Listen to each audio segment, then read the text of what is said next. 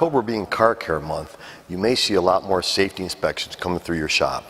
Now, brakes play a big important part of that safety inspection, and you should do a thorough job checking them. I don't mean just looking through the wheels, looking at the outboard pad and saying, hey, brakes look good. I mean pulling the wheels and really doing a good job checking all the parts.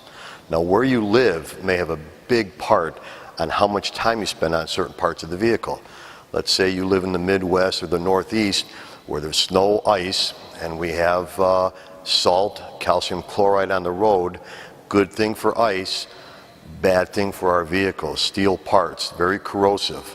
It'll attack things like the caliper bracket, and it'll make it to the point where the pins lock up inside the bracket here, not allowing the caliper to slide. It also is hard on the calipers themselves.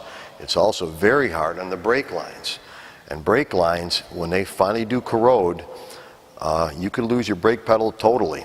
Now, in those cases, a good inspection will include looking at all the brake line, all the way back to the back of the vehicle. Now, in a case like maybe where you live in the mountain area, that might be a little bit different. In the mountain area, you have a heat cycles. You go through a lot more because of all the braking you're doing going on the back side of mountains. Now, in those heat cycles, with a caliper, that square cut seal can only absorb so many of those heat cycles. Every time that caliper gets hot, cold, that square cut seal will actually start to get a little bit less flexible. As you know, the piston gets drawn back into the caliper with that square cut seal. It has to flex back in to pull it back in. If that square cut seal loses that flexibility, when you apply the brakes, the piston comes out but doesn't get pulled back in.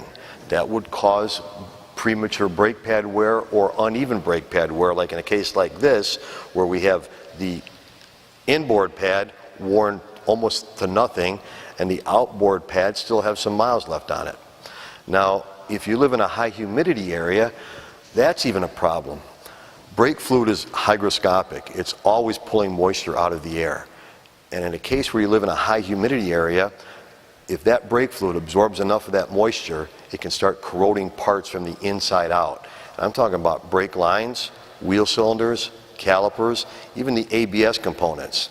So, you want to really do a good inspection of the brake fluid. Check it, see how much moisture is in that brake fluid. If brake fluid boiling point lowers enough to where the brake fluid boils during a stop, you'll lose your pedal totally.